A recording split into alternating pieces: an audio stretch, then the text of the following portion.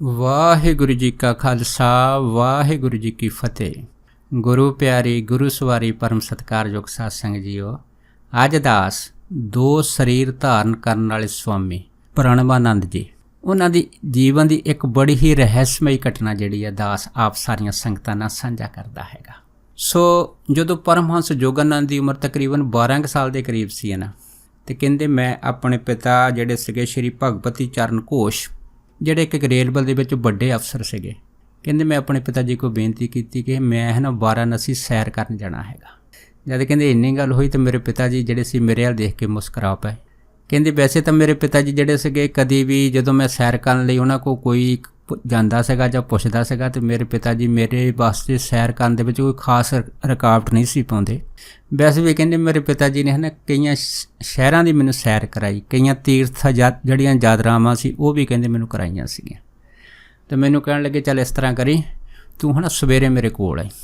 ਜਦ ਕਹਿੰਦੇ ਦਿਨ ਚੜ੍ਹਿਆ ਮੈਂ ਬੜਾ ਤਾਵਲਾ ਸੀ ਵਾਰਾਣਸੀ ਸੈਰ ਕਰਨ ਵਾਸਤੇ। ਜਦ ਪਿਤਾ ਜੀ ਦੇ ਪਾਸ ਗਿਆ ਅਤੇ ਕਹਿੰਦੇ ਮੇਰੇ ਪਿਤਾ ਜੀ ਨੇ ਨਾ 2 ਚਿੱਠੀਆਂ ਜਿਹੜੀਆਂ ਸੀ ਮੇਰੇ ਹੱਥ 'ਚ ਫੜਾਤੀਆਂ।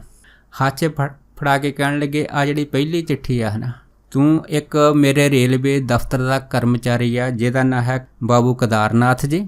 ਇਹ ਜਿਹੜੇ ਬਾਬੂ ਕੇਦਾਰਨਾਥ ਜੀ ਆ, ਇੱਕ ਚਿੱਠੀ ਹੈ ਨਾ ਉਹਨਾਂ ਦੀ ਆ, ਪਰ ਕਿਉਂਕਿ ਕੇਦਾਰਨਾਥ ਜਿਹੜੇ ਆ ਉਹਨਾਂ ਦਾ ਮੈਂ ਹੈ ਨਾ ਜੋ ਐਡਰੈਸ ਹੈਗਾ ਉਹ ਭੁੱਲ ਗਿਆ ਹੈਗਾ। ਪਰ ਆ ਦੂਸਰੀ ਜਿਹੜੀ ਚਿੱਠੀ ਆ ਮੇਰੀ, ਇਹ ਹੈਗੀ ਆ ਸਵਾਮੀ ਪਰਮਾਨੰਦ ਜੀ ਦੇ ਨਾਂ 'ਤੇ।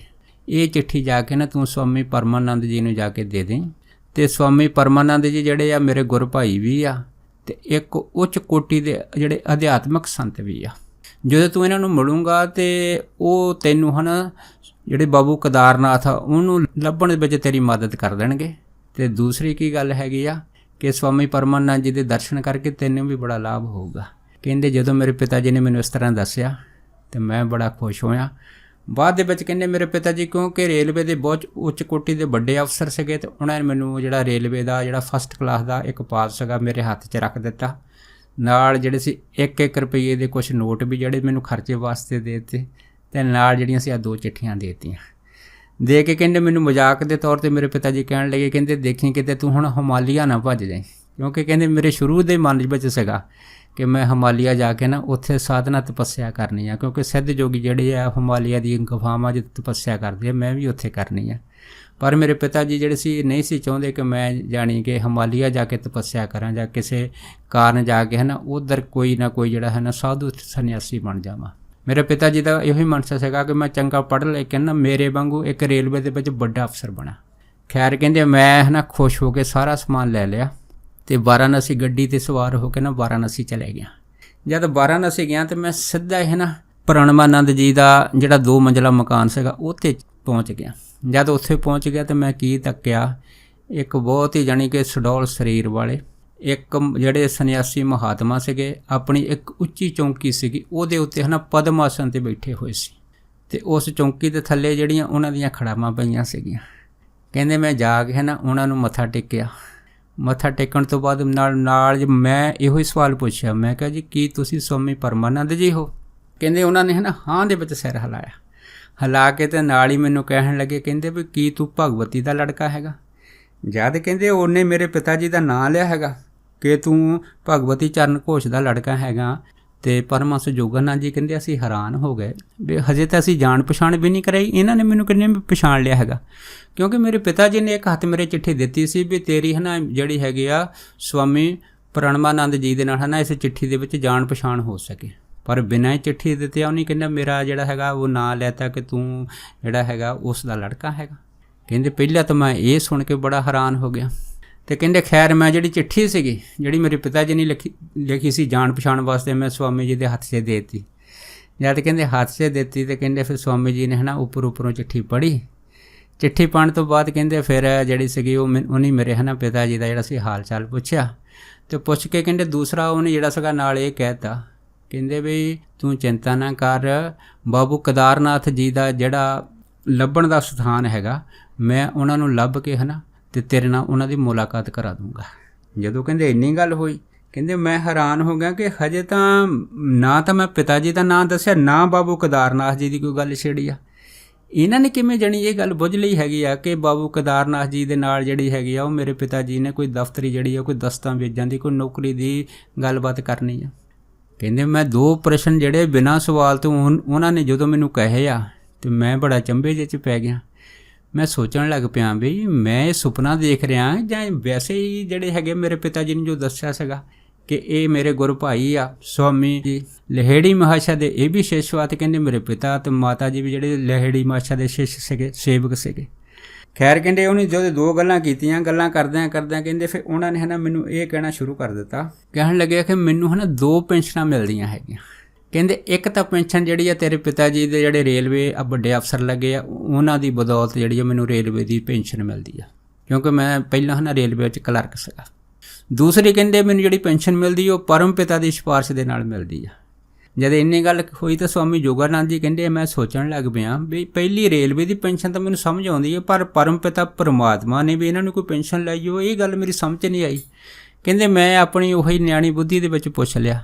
ਮੈਂ ਕਿਹਾ ਵੀ ਕੀ ਜਿਹੜਾ ਪਰਮਾਤਮਾ ਹੈਗਾ ਤੁਹਾਨੂੰ ਉੱਪਰੋਂ ਪੈਸੇ ਛੱਡਦਾ ਹੈਗਾ? ਜਦੋਂ ਕਹਿੰਦੇ ਇੰਨੀ ਗੱਲ ਹੋਈ ਤਾਂ ਕਹਿੰਦੇ ਉਹ ਹੱਸਣ ਲੱਗ ਪਏ। ਹੱਸਣ ਲੱਗ ਕੇ ਕਹਿਣ ਲੱਗੇ ਕਹਿੰਦੇ ਨਹੀਂ, ਇਸ ਤਰ੍ਹਾਂ ਦੀ ਕੋਈ ਗੱਲ ਨਹੀਂ। ਉਹ ਜਿਹੜੀ ਦੂਸਰੀ ਪੈਨਸ਼ਨ ਆ ਕਹਿੰਦੇ ਸਮਾਂ ਪਾ ਕੇ ਪਰਮਹੰਸ ਜੋਗਾਨੰਦ ਜੀ ਕਹਿੰਦੇ ਮੈਨੂੰ ਕਹਿਣ ਲੱਗੇ ਤੂੰ ਵੀ ਸਮਝ ਆਊਂਗਾ। ਕਹਿੰਦੇ ਪਰ ਮੇਰੀ ਉਮਰ ਉਦੋਂ 12 ਸਾਲ ਦੀ ਸੀ, ਮੈਂ ਸਮਝਿਆ ਨਹੀਂ। ਤੇ ਮੈਨੂੰ ਹੱਸ ਕੇ ਕਹਿਣ ਲੱਗੇ ਕਹਿੰਦੇ ਦੇਖ ਇਹ ਜਿਹੜੀ ਦੂਸਰੀ ਪੈਨਸ਼ਨ ਆ ਇਹ ਮੇਰੀ ਜੋ ਪਰਮਾਤਮਾ ਦੇ ਧਿਆਨ ਦੀ ਐਡੀ ਭਾਰੀ ਤਪੱਸਿਆ ਦਾ ਫਲ ਹੈ, ਉਹਨੂੰ ਮੈਂ ਪੈਨਸ਼ਨ ਕਹਿੰਦਾ। ਇਹ ਤਪੱਸਿਆ ਦਾ ਫਲ ਕੀ ਆ ਕਿ ਮੇਰੇ ਮਨ ਦੇ ਵਿੱਚ ਹੁਣ ਅਥਾਹ ਸ਼ਾਂਤੀ ਆ, ਅਥਾਹ ਖੇੜਾ, ਅਥਾਹ ਆਨੰਦ, ਅਕਹਿ ਚੀਜ਼ ਆ ਹਰ ਇੱਕ ਚੀਜ਼। ਕਹਿੰਦੇ ਜਦੋਂ ਇੰਨੀ ਗੱਲ ਹੋਈ ਤਾਂ ਫਿਰ ਕਹਿੰਦੇ ਮੇਰੀ ਸਮਝ ਦੇ ਵਿੱਚ ਗੱਲ ਆਈ ਕਿ ਵਾਕਈ ਇਹਨੇ 2 ਪੈਨਸ਼ਨਾਂ ਕਹੀਆਂ। ਇੱਕ ਤਾਂ ਦੁਨਿਆਵੀ ਪੈਨਸ਼ਨ ਰੇਲਵੇ ਵਾਲੀ ਅਤੇ ਦੂਸਰੀ ਜਿਹੜੀ ਉਹ ਪਰਮਾਤਮਾ ਨੇ ਇਹਨਾਂ ਨੂੰ ਇਹਨਾਂ ਦੇ ਤਪੱਸਿਆ ਦੇ ਬਖਸ਼ਿਸ਼ ਦੇ ਰੂਪ ਦੇ ਵਿੱਚ ਜੋ ਖੁਸ਼ੀ ਇਹਨਾਂ ਦੇ ਖੇੜਾ ਬਖਸ਼ਿਆ ਹੈ, ਇਹ ਜਿਹੜੀ ਪੈਨਸ਼ਨ ਹੈ ਦੂਸਰੀ ਜਿਹੜੀ ਇਹ ਕਹਿੰਦੇ ਆ। ਉਸ ਤੋਂ ਬਾਅਦ ਫਿਰ ਕਹਿੰਦੇ ਵੀ ਉਹਨਾਂ ਨੇ ਮੈਨੂੰ ਕਹਿਣ ਲੱਗੇ ਕਹਿੰਦੇ ਵੀ ਦੇਖ ਜਿਹੜੀ ਦੁਨਿਆਵੀ ਕੋਈ ਵੀ ਚੀਜ਼ ਹੈਗੀ ਆ, ਮੈਨੂੰ ਕਿਸੇ ਦੁਨਿਆਵੀ ਚੀਜ਼ ਦੀ ਖਿੱਚ ਨਹੀਂ ਹੈਗੀ ਆ, ਕਿਸੇ ਜਿਹੜੀ ਭੌਤਿਕ ਮਾਇਆ ਦੀ ਖਿੱਚ ਨਹੀਂ, ਕਿਉਂਕਿ ਮੇਰੀਆਂ ਜਿਹੜੀਆਂ ਜ਼ਰੂਰਤਾਂ ਬੜੀਆਂ ਥੋੜ੍ਹੀਆਂ ਹੈਗੀਆਂ, ਇਸ ਕਰਕੇ ਮੈਨੂੰ ਜ਼ਿਆਦਾ ਮਾਇਆ ਦਾ ਲਾਲਚ ਨਹੀਂ ਹੈਗਾ। ਇੰਨੀ ਥੋੜ੍ਹੀ ਜਿਹੀ ਪੈਨਸ਼ਨ ਦੇ ਨਾਲ ਹੀ ਮੇਰੀਆਂ ਸਾਰੀਆਂ ਜ਼ਰੂਰਤਾਂ ਪੂਰੀਆਂ ਹੋ ਜਾਂਦੀਆਂ ਹੈਗੀਆਂ। ਫਿਰ ਉਹਨਾਂ ਨੇ ਇਹ ਵੀ ਗੱਲ ਆਖੀ ਸੀਗੀ ਕਿ ਮੈਂ ਬਹੁਤ ਟਾਈਮ ਜਿਹੜਾ ਹੈਗਾ ਅਭਿਆਸ ਕੀਤਾ ਹੈਗਾ, ਉਸ ਅਭਿਆਸ ਦਾ ਧਿਆਨ ਦਾ ਸਦਕਾ ਜਿਹੜਾ ਇਹ ਮੇਰੇ ਤੇ ਉੱਤੇ ਜਿਹੜਾ ਉਸ ਪਰਮਾਤਮਾ ਦੀ ਮਿਹਰ ਬਖਸ਼ਿਸ਼ ਹੋਈ ਆ। ਤਾਂ ਫਿਰ ਜਾ ਕੇ ਮੈਨੂੰ ਆ ਜਿਹੜਾ ਜੀਵਨ ਹੈ ਜੋ ਮੇਰੀ ਅਵਸਥਾ ਸਵਾਮੀ ਦੀ ਬਣੀ ਹੈਗੀ ਆ, ਜਿਹੜੀ ਅਵਸਥਾ ਹੈਗੀ ਉਸ ਪਰਮਾਤਮਾ ਦੀ ਦੇਣ ਹੈਗੀ ਆ। ਇਸ ਤਰ੍ਹਾਂ ਕਹਿੰਦੇ ਜਦੋਂ ਵਾਰਤਾਲਾਪ ਕਰ ਰਹੇ ਸੀਗੇ ਤਾਂ ਕਹਿੰਦੇ ਉਸ ਤੋਂ ਬਾਅਦ ਜਿਵੇਂ ਉਹਨਾਂ ਦੀ ਅੱਖਾਂ ਦੇ ਵਿੱਚ ਇੱਕ ਬੜੀ ਭਾਰੀ ਚਮਕ ਆ ਗਈ ਸੀ। ਕਹਿੰਦੇ ਚਮਕ ਆ ਗਈ, ਮੈਂ ਬੜਾ ਹੈਰਾਨ ਹਾਂ, ਮੈਨੂੰ ਇਸ ਤਰ੍ਹਾਂ ਪ੍ਰਤੀਤ ਹੋਇਆ ਵੀ ਜਿਵੇਂ ਉਹਨਾਂ ਨੇ ਬੜੀ ਕੋਈ ਅਨਮੋਲੀ ਚੀਜ਼ ਲੱਭ ਲਈ ਆ। ਉਸ ਤੋਂ ਬਾਅਦ ਕਹਿੰਦੇ ਫਿਰ ਉਹਨਾਂ ਦੀਆਂ ਅੱਖਾਂ ਦੁਬਾਰਾ ਫਿਰ ਜਿਹੜੀਆਂ ਸੀ ਕਹਿੰਦੇ ਫਿਰ ਉਸ ਚਮਕ ਤੋਂ ਥੋੜ੍ਹੀਆਂ ਘਟਣ ਲੱਗ ਪਈਆਂ। ਜਦ ਕਹਿੰਦੇ ਘਟਣ ਲੱਗ ਪਈਆਂ ਤਾਂ ਕਹਿੰਦੇ ਫਿਰ ਮੈਨੂੰ ਕਹਿਣ ਲੱਗੇ ਕਹਿੰਦੇ ਛੋਟੇ ਮਹਾਸ਼ਾ ਚਿੰਤਾ ਦੀ ਕੋਈ ਗੱਲ ਨਹੀਂ ਗੀ। ਅਤੇ ਅੱਧੇ ਘੰਟੇ ਬਾਅਦ ਜਿਹੜੇ ਬਾਬੂ ਕੇਦਾਰਨਾਥ ਵਾ ਉਹ ਆਪਣੇ ਕੋਲ ਪਹੁੰਚ ਜਾਣਗੇ। ਕਹਿੰਦੇ ਇੰਨੀ ਗੱਲ ਹੋਈ, ਮੈਂ ਹੋਰ ਵੀ ਹੈਰਾਨ ਹੋਇਆ ਵੀ ਬਾਬੂ ਕੇਦਾਰਨਾਥ ਜੀ ਨੂੰ ਇਹਨਾਂ ਨੇ ਕੋਈ ਸੰਦੇਸ਼ ਵੀ ਨਹੀਂ ਦਿੱਤਾ ਹੈਗਾ, ਕੋਈ ਆਦਮੀ ਵੀ ਨਹੀਂ ਆਇਆ ਵੀ ਜਿਹਨੇ ਦੱਸਿਆ ਵੀ ਬਾਬੂ ਕੇਦਾਰਨਾਥ ਜੀ ਦੇ ਕੋਲ ਜਿਹੜਾ ਹੈਗਾ ਮੇਰਾ ਪਹੁੰਚਣ ਦਾ ਸੰਦੇਸ਼ ਦਿੱਤਾ ਜਾਵੇ। ਕੋਈ ਤੀਸਰਾ ਬੰਦਾ ਨਹੀਂ ਆਇਆ ਅਤੇ ਇਹਨਾਂ ਨੇ ਮੈਨੂੰ ਕਿਵੇਂ ਕਹਿ ਦਿੱਤਾ ਕਿ ਬਾਬੂ ਕੇਦਾਰਨਾਥ ਜਿਹੜੇ ਅੱਧੇ ਘੰਟੇ ਬਾਅਦ ਆਪਣੇ ਪਾਸ ਆ ਰਹੇ। ਕਹਿੰਦੇ ਮੈਂ ਇਸ ਸ਼ਸ਼ੋਪੰਥ ਦੇ ਵਿੱਚ ਹੀ ਸੀਗਾ ਅਤੇ ਉਸ ਤੋਂ ਬਾਅਦ ਕਹਿੰਦੇ ਵੀ ਉਹ ਜਿਹੜੇ ਸੀਗੇ ਸਵਾਮੀ ਪ੍ਰਣਮਾਨੰਦ ਜੀ ਕਹਿੰਦੇ ਮੌਨ ਧਾਰ ਕੇ ਬੈਠ ਗਏ ਜਾਂ ਚੁੱਪ ਕਰਕੇ ਬੈਠ ਗਏ। ਅਤੇ ਕਹਿੰਦੇ ਮੈਂ ਕਮਰੇ 'ਚ ਇੱਧਰ ਉੱਧਰ ਦੇਖਣ ਲੱਗ ਪਿਆ। ਜਦ ਕਮਰੇ 'ਚ ਇੱਧਰ ਉੱਧਰ ਝੱਕਿਆ ਅਤੇ ਕਹਿੰਦੇ ਮੈਂ ਕੀ ਦੇਖਿਆ, ਬਸ ਉਹੀ ਚੌਂਕੀ ਆ, ਉਹਦੇ ਵਿੱਚ ਉਹ ਆਰਾਮ ਨਾਲ ਬੈਠੇ ਆ, ਥੱਲੇ ਬਸ ਉਹੀ ਖੜਾਵਾਂ ਹੈਗੀਆਂ, ਉਹੀ ਇੱਕ ਛੋਟੀ ਜਿਹੜੀ ਧੋਤੀ ਹੈਗੀ ਆ ਕਹਿੰਦੇ ਉਹ ਲਾਈਓ ਆ ਅਤੇ ਆਰਾਮ ਦੇ ਨਾਲ ਬੈਠੇ ਆ। ਕਹਿੰਦੇ ਇਸ ਤਰ੍ਹਾਂ ਕਰਦੇ ਕਰਦੇ ਜਦ ਅੱਧਾ ਘੰਟਾ ਹੋ ਗਿਆ, ਅੱਧੇ ਘੰਟੇ ਬਾਅਦ ਕਹਿੰਦੇ ਫਿਰ ਉਹਨੇ ਅੱਖਾਂ ਖੋਲ੍ਹੀਆਂ ਅਤੇ ਮੈਨੂੰ ਕਹਿਣ ਲੱਗੇ ਕਹਿੰਦੇ ਲੱਗਦਾ ਹੈਗਾ ਬਾਬੂ ਕੇਦਾਰਨਾਥ ਜਿਹੜੇ ਆਪਣੇ ਦਰਵਾਜ਼ੇ 'ਤੇ ਪਹੁੰਚ ਗਏ। ਕਹਿੰਦੇ ਜਦ ਇੰਨੀ ਗੱਲ ਹੋਈ ਮੈਂ ਹੈਰਾਨ ਹੋ ਗਿਆ। ਵਾਕਿਆ ਕਹਿੰਦੇ ਉਸੇ ਟਾਈਮ ਮੈਂ ਪੌੜੀਆਂ ਦੇ ਉੱਤੇ ਕਿਸੇ ਦੀ ਪੈਛੜ ਦੀ ਆਵਾਜ਼ ਸੁਣੀ। ਜਦ ਪੈਰਾਂ ਦਾ ਖੜਕਾ ਸੁਣਿਆ ਸਵਾਮੀ ਜੋਗਾਨੰਦ ਜੀ ਕਹਿੰਦੇ ਮੈਂ ਆਪ ਉੱਠ ਕੇ ਜਦ ਬਾਹਰ ਦੇਖਿਆ, ਦੇਖਦੇ ਸਾਰੀ ਕੀ ਦੇਖਿਆ ਕਿ ਇੱਕ ਕਣਕ ਬੰਨੇ ਰੰਗ ਦਾ ਕੋਈ ਜਿਹੜਾ ਆਦਮੀ ਹੈਗਾ, ਸਰੀਰ ਉਹਦਾ ਪਤਲਾ ਹੈਗਾ ਅਤੇ ਕਹਿੰਦੇ ਉਹ ਪੌੜੀਆਂ ਚੜ੍ਹ ਰਿਹਾ ਹੈਗਾ। ਜਦੋਂ ਕਹਿੰਦੇ ਉਹ ਪੌੜੀਆਂ ਚੜ੍ਹਦਾ ਸੀਗਾ ਤਾਂ ਮੈਂ ਉੱਪਰੋਂ ਪੌੜੀਆਂ ਥੱਲੇ ਉਤਰਨ ਲੱਗ ਪਿਆ। ਜਦੋਂ ਅਸੀਂ ਪੌੜੀਆਂ ਦੇ ਤਕਰੀਬਨ ਵਿਚਕਾਰ ਜੇ ਆਏ ਅਤੇ ਕਹਿੰਦੇ ਮੈਂ ਉਸ ਜਿਹੜਾ ਪਤਲਾ ਆਦਮੀ ਕਣਕ ਬੰਨ੍ਹਣਾ ਸੀਗਾ, ਕਹਿੰਦੇ ਮੈਂ ਉਹਨੂੰ ਸਿੱਧਾ ਇਹ ਸਵਾਲ ਪੁੱਛਿਆ, ਮੈਂ ਕਿਹਾ ਤੁਸੀਂ ਇਹ ਦੱਸੋ ਵੀ ਕੀ ਤੁਸੀਂ ਕੇਦਾਰਨਾਥ ਬਾਬੂ ਜੀ ਆ? ਕਹਿੰਦੇ ਇੰਨੀ ਗੱਲ ਹੋਈ ਅਤੇ ਕਹਿੰਦੇ ਉਹ ਹੱਸ ਪਿਆ। ਹੱਸ ਕੇ ਕਹਿਣ ਲੱਗਾ ਕਹਿੰਦੇ ਵੀ ਤੂੰ ਭਗਵਤੀ ਦਾ ਬੇਟਾ ਹੈਗਾ? ਜਦ ਇੰਨੀ ਗੱਲ ਹੋਈ ਕਹਿੰਦੇ ਮੈਂ ਵੀ ਬੜਾ ਹੈਰਾਨ ਹੋ ਗਿਆ ਵੀ ਇਹ ਤਾਂ ਮੈਨੂੰ ਵੀ ਜਾਣਦਾ ਹੈਗਾ। ਕਹਿੰਦੇ ਮੈਂ ਉਹਨੂੰ ਪੁੱਛਿਆ ਵੀ ਤੈਨੂੰ ਕਿਵੇਂ ਪਤਾ ਹੈਗਾ ਕਿ ਮੈਂ ਭਗਵਤੀ ਦਾ ਲੜਕਾ ਹੈਗਾ। ਕਹਿੰਦੇ ਉਹ ਮੈਨੂੰ ਕਹਿਣ ਲੱਗੇ ਕਿ ਤਕਰੀਬਨ ਘੰਟਾ ਪਹਿਲਾਂ ਹੈ ਨਾ ਸਵਾਮੀ ਪ੍ਰਣਵਾਨੰਦ ਜੀ ਸੀਗੇ, ਉਹਨਾਂ ਨੇ ਮੈਨੂੰ ਦੱਸਿਆ ਸੀ। ਕਹਿੰਦੇ ਮੈਂ ਹੈਰਾਨ ਹੋ ਗਿਆ। ਮੈਂ ਕਿਹਾ ਵੀ ਸਵਾਮੀ ਪ੍ਰਣਵਾਨੰਦ ਜੀ ਤਾਂ ਇੱਥੇ ਮੇਰੇ ਕੋਲ ਬੈਠੇ ਕਮਰੇ 'ਚ, ਉਹ ਤਾਂ ਬਾਹਰ ਗਏ ਨਹੀਂ, ਉਹਨਾਂ ਨੇ ਤੁਹਾਨੂੰ ਕਿਵੇਂ ਦੱਸ ਦਿੱਤਾ? ਉਹ ਕਹਿਣ ਲੱਗੇ ਕਮਾਲ ਹੋ ਗਈ। ਕਹਿੰਦੇ ਵੀ ਤਕਰੀਬਨ ਹਜੇ ਘੰਟੇ ਤੋਂ ਥੋੜ੍ਹਾ ਟਾਈਮ ਹੀ ਹੋਇਆ ਸੀਗਾ, ਮੈਂ ਗੰਗਾ ਘਾਟ ਦੇ ਉੱਤੇ ਇਸ਼ਨਾਨ ਕਰ ਰਿਹਾ ਸੀਗਾ। ਜਦ ਇਸ਼ਨਾਨ ਕਰ ਰਿਹਾ ਸੀਗਾ, ਇਸ਼ਨਾਨ ਕਰਨ ਤੋਂ ਬਾਅਦ ਗੰਗਾ ਘਾਟ ਦੇ ਉੱਤੇ ਨਾ ਸਵਾਮੀ ਪ੍ਰਣਵਾਨੰਦ ਜੀ ਮੈਨੂੰ ਮਿਲੇ ਆ। ਅਤੇ ਕਹਿੰਦੇ ਮਿਲੇ ਆ, ਉਹਨਾਂ ਨੇ ਮੇਰੇ ਨਾਲ ਹੱਥ ਮਿਲਾਇਆ, ਸਾਰੀ ਗੱਲਬਾਤ ਕੀਤੀ। ਉਹਨਾਂ ਨੇ ਮੈਨੂੰ ਇਹ ਵੀ ਦੱਸਿਆ ਹੈਗਾ ਕਿ ਭਗਵਤੀ ਚਰਨ ਘੋਸ਼ ਦਾ ਲੜਕਾ ਜਿਹੜਾ ਹੈ ਨਾ ਉਹ ਜਿਹੜਾ ਹੈ ਉਹ ਤੈਨੂੰ ਮਿਲਣ ਵਾਸਤੇ ਮੇਰੇ ਘਰ ਆਇਆ ਹੈਗਾ। ਜਦੋਂ ਕਹਿੰਦੇ ਇੰਨੀ ਗੱਲ ਹੋਈ ਤਾਂ ਕਹਿੰਦੇ ਵੀ ਮੈਂ ਵੀ ਬੜਾ ਖੁਸ਼ ਹੋਇਆ। ਜਦ ਬਾਬੂ ਕੇਦਾਰਨਾਥ ਜੀ ਨੇ ਸਾਰੀਆਂ ਗੱਲਾਂ ਸਵਾਮੀ ਜੋਗਾਨੰਦ ਜੀ ਨੇ ਕੀਤੀਆਂ ਅਤੇ ਜੋਗਾਨੰਦ ਜੀ ਕਹਿੰਦੇ ਸਾਡੇ ਸਿਰ ਨੂੰ ਚੱਕਰ ਆਉਣ ਲੱਗ ਪਿਆ ਵੀ ਹੈ ਇਹ ਤਾਂ ਗਏ ਨਹੀਂ, ਇਹ ਕਹਿੰਦੇ ਸਾਨੂੰ ਉੱਥੇ ਮਿਲੇ ਆ। ਕਹਿੰਦੇ ਮੈਨੂੰ ਯਕੀਨ ਨਾ ਵੀ ਮੈਂ ਫਿਰ ਬਾਬੂ ਕੇਦਾਰਨਾਥ ਨੇ ਪੁੱਛਿਆ, ਮੈਂ ਕਿਹਾ ਵੀ ਕੀ ਤੁਸੀਂ ਸੱਚ ਬੋਲਦੇ ਆ ਜਾਂ ਝੂਠ ਬੋਲਦੇ ਹੋ? ਕਹਿੰਦੇ ਹੱਸ ਕੇ ਕਹਿਣ ਲੱਗੇ ਕਿ ਮੈਂ ਝੂਠ ਕਾਹਨੂੰ ਬੋਲਣਾ, ਮੈਂ ਤਾਂ ਬਿਲਕੁਲ ਸੱਚ ਹੀ ਬੋਲਿਆ। ਕਹਿੰਦੇ ਵੀ ਤੁਸੀਂ ਜਾਣੀ ਸਵਾਮੀ ਪ੍ਰਣਵਾਨੰਦ ਜੀ ਨੂੰ ਪਹਿਲਾਂ ਕਦੋਂ ਮਿਲੇ ਸੀ? ਕਹਿੰਦੇ ਉਹ ਕਹਿਣ ਲੱਗਾ ਕਿ ਉਹਨਾਂ ਨੂੰ ਤਾਂ ਮੈਂ ਪਿਛਲੇ ਸਾਲ ਕਈ ਵਾਰੀ ਮਿਲਿਆ, ਪਰ ਇਸ ਸਾਲ ਜਿਹੜਾ ਸੀਗਾ ਮੈਂ ਨਹੀਂ ਮਿਲਿਆ ਹੈਗਾ। ਤੇ ਪਰ ਅਚਨਚੇਤ ਉਹ ਜਦੋਂ ਮੈਂ ਗੰਗਾ ਘਾਟ ਨਹਾਉਂਦਾ ਸੀਗਾ ਮੈਨੂੰ ਉੱਥੇ ਅਚਨਚੇਤ ਮਿਲ ਗਿਆ। ਉਹਨਾਂ ਨੇ ਮੈਨੂੰ ਜਿਹੜਾ ਸੀਗਾ ਵੀ ਦੱਸਿਆ ਸੀਗਾ ਵੀ ਤੂੰ ਹੈ ਨਾ ਮੇਰੇ ਘਰ ਬੈਠ ਕੇ ਹੈ ਨਾ ਮੇਰੀ ਉਡੀਕ ਕਰ ਰਿਹਾ ਹੈਗਾ। ਜਦ ਇੰਨੀ ਗੱਲ ਹੋਈ ਕਹਿੰਦੇ ਫਿਰ ਅਸੀਂ ਉਹਨਾਂ ਨੂੰ ਪੁੱਛਿਆ ਵੀ ਕੀ ਤੁਸੀਂ ਉਹਨਾਂ ਦੇ ਸਰੀਰ ਨੂੰ ਜਿਹੜਾ ਹੈਗਾ ਛੂਹਿਆ, ਦੇਖਿਆ ਵੀ ਉਹੀ ਹੈ ਜਾਂ ਕੋਈ ਹੋਰ ਆ? ਅਤੇ ਫਿਰ ਕਹਿੰਦੇ ਬਾਬੂ ਕੇਦਾਰਨਾਥ ਜੀ ਕਹਿਣ ਲੱਗੇ ਕਹਿੰਦੇ ਕਮਾਲ ਹੈ। ਜਦੋਂ ਕਹਿੰਦੇ ਉਹ ਮੈਨੂੰ ਕਹਿਣ ਲੱਗੇ ਕਿ ਤੂੰ ਹੁਣ ਕਿੱਦਾਂ ਮੇਰੇ ਨਾਲ ਖੁਸ਼ੀ ਦੇ ਨਾਲ ਮੇਰੇ ਘਰ ਚੱਲੂਗਾ? ਫਿਰ ਕਹਿੰਦੇ ਬਾਬੂ ਕੇਦਾਰਨਾਥ ਜੀ ਕਹਿੰਦੇ ਜਦੋਂ ਪ੍ਰਣਵਾਨੰਦ ਹੰਸ ਜੀ ਨੇ ਮੈਨੂੰ ਜਿਹੜਾ ਸੀਗਾ ਇਹ ਗੱਲ ਕਹੀ ਸੀਗੀ ਅਤੇ ਕਹਿੰਦੇ ਫਿਰ ਮੈਂ ਉਹਨਾਂ ਨੇ ਕਿਹਾ ਸੀਗਾ ਜੀ ਜ਼ਰੂਰ ਕਿਉਂ ਨਹੀਂ। ਅਤੇ ਕਹਿੰਦੇ ਫਿਰ ਅਸੀਂ ਦੋਨੇ ਜਾਣੇ ਹਨ ਕੇਦਾਰਨਾਥ ਬਾਬੂ ਜੀ ਅਤੇ ਪ੍ਰਣਵਾਨੰਦ ਜੀ ਜਿਹੜੇ ਸੀਗੇ ਸਵਾਮੀ, ਕਹਿੰਦੇ ਅਸੀਂ ਦੋਨੇ ਜਾਣੇ ਸੀ ਹੱਥ 'ਚ ਹੱਥ ਪਾ ਕੇ ਅਤੇ ਕਹਿੰਦੇ ਉੱਥੋਂ ਤੁਰੇ ਆ ਗੰਗਾ ਘਾਟ 'ਚੋਂ। ਜੋ ਥੋੜ੍ਹਾ ਜਿਹਾ ਅੱਗੇ ਆਏ ਅਤੇ ਕਹਿੰਦੇ ਮੈਂ ਕੀ ਦੇਖਿਆ, ਸਵਾਮੀ ਪ੍ਰਣਵਾਨੰਦ ਜੀ ਦੇ ਪੈਰਾਂ ਦੇ ਵਿੱਚ ਖੜਾਵਾਂ ਪਾਈਆਂ, ਪਰ ਖੜਾਵਾਂ ਪਾਉਣ ਦੇ ਬਾਵਜੂਦ ਵੀ ਮੇਰੇ ਨਾਲ ਤੇਜ਼ ਤੁਰ ਰਿਹਾ। ਫਿਰ ਕਹਿੰਦੇ ਉਹ ਰਸਤੇ ਵਿੱਚ ਰੁਕ ਗਏ, ਰੁਕ ਕੇ ਮੈਨੂੰ ਕਹਿਣ ਲੱਗੇ ਵੀ ਮੈਨੂੰ ਇਹ ਦੱਸ ਵੀ ਇੱਥੋਂ ਆਪਾਂ ਜਦੋਂ ਆਪਾਂ ਮੇਰੇ ਘਰ ਤੋਂ ਆਊਂਗਾ ਤਾਂ ਤੈਨੂੰ ਕਿੰਨਾ ਕੁ ਸਮਾਂ ਲੱਗੂ? ਅਤੇ ਬਾਬੂ ਕੇਦਾਰਨਾਥ ਜੀ ਕਹਿਣ ਲੱਗੇ ਕਹਿੰਦੇ ਮੈਂ ਸਵਾਮੀ ਪ੍ਰਣਵਾਨੰਦ ਜੀ ਨੂੰ ਆਖਿਆ ਵੀ ਅੱਧਾ ਘੰਟਾ ਤਾਂ ਤਕਰੀਬਨ ਲੱਗ ਹੀ ਜਾਣਾ। ਜਦ ਕਹਿੰਦੇ ਇੰਨੀ ਗੱਲ ਹੋਈ ਤਾਂ ਕਹਿੰਦੇ ਉਹ ਚੁੱਪ ਕਰਕੇ ਅਤੇ ਮੈਨੂੰ ਦੇਖ ਕੇ ਕਹਿਣ ਲੱਗੇ ਕਹਿੰਦੇ ਫਿਰ ਚੱਲ ਇੱਦਾਂ ਕਰ, ਮੈਨੂੰ ਹੈ ਨਾ ਤੈਨੂੰ ਥੋੜ੍ਹੇ ਟਾਈਮ ਵਾਸਤੇ ਛੱਡਣਾ ਪੈਣਾ ਹੈਗਾ ਕਿਉਂਕਿ ਮੈਨੂੰ ਕੋਈ ਕੰਮ ਹੈਗਾ, ਇਸ ਕਰਕੇ ਤੂੰ ਹੈ ਨਾ ਮੇਰੇ ਪਿੱਛੇ ਆ ਜਾਈਂ ਉੱਥੇ ਮੇਰੇ ਘਰ ਦੇ ਵਿੱਚ, ਅਤੇ ਮੈਂ ਤਾਂ ਜਿਹੜਾ ਹੈਗਾ ਨਾ ਭਗਵਤੀ ਦਾ ਜਿਹੜਾ ਬੇਟਾ ਹੈਗਾ ਅਸੀਂ ਦੋਨੇ ਤੇਰੀ ਹੈ ਨਾ ਉਸ ਕਮਰੇ ਵਿੱਚ ਵੇਟ ਕਰਾਂਗੇ। ਕਹਿੰਦੇ ਕਿ ਇੰਨੀ ਗੱਲ ਹੋਈ ਅਤੇ ਕਹਿੰਦੇ ਮੈਂ ਹਜੇ ਕੁਛ ਕਹਿਣ ਨਹੀਂ ਲੱਗਾ ਸੀਗਾ ਅਤੇ ਸਵਾਮੀ ਜਿਹੜੇ ਪ੍ਰਣਵਾਨੰਦ ਸੀ ਕਹਿੰਦੇ ਉੱਥੋਂ ਤੇਜ਼ ਦੇ ਤੁਰ ਕੇ ਅੱਗੇ ਨਿਕਲ ਗਏ ਅਤੇ ਭੀੜ ਦੇ ਵਿੱਚ ਗਵਾਚ ਗਏ। ਮੈਂ ਕਹਿੰਦੇ ਜਿਹੜਾ ਸੀਗਾ ਜਿੰਨਾ ਤੇਜ਼ ਤੁਰ ਸਕਿਆ ਤੇਜ਼ ਤੁਰਨ ਦੀ ਕੋਸ਼ਿਸ਼ ਕੀਤੀ ਅਤੇ ਮੈਂ ਕਹਿੰਦੇ ਹੁਣ ਘਰ ਪਹੁੰਚ ਗਿਆ ਹੈਗਾ।